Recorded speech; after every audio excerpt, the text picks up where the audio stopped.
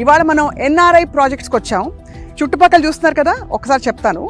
ఇటుపక్క వెనకాలంతా కూడా 100 ఎకరాల రిజర్వ్ ఫారెస్ట్ ఏరియా, అంటే చాలా పచ్చదనం, ఎవ్వరూ దీన్ని చెక్కు చెదరనీయకుండా శాశ్వతంగా కాపాడతారనమాట. అండ్ అటువైపు చూస్తే మనకి ఇంజనీరింగ్ కాలేజీలో ఆమడ దూరంలోనే బిల్డింగ్లు కూడా కనిపిస్తున్నాయి.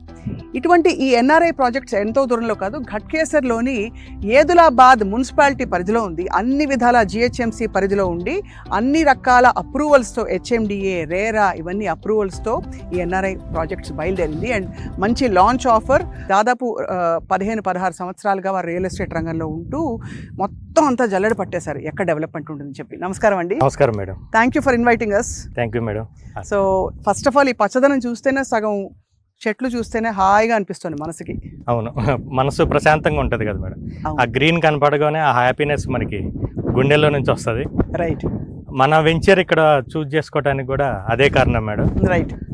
ఏ వెంచర్లో అయినా ఒక 10% పార్క్ ఏరియా ఉంటుంది.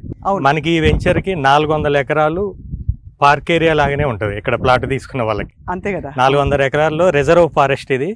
చాలా అద్భుతంగా లోపల డెవలప్మెంట్స్ కూడా చేస్తున్నారు ఆ గ్రీనరీ కోసం.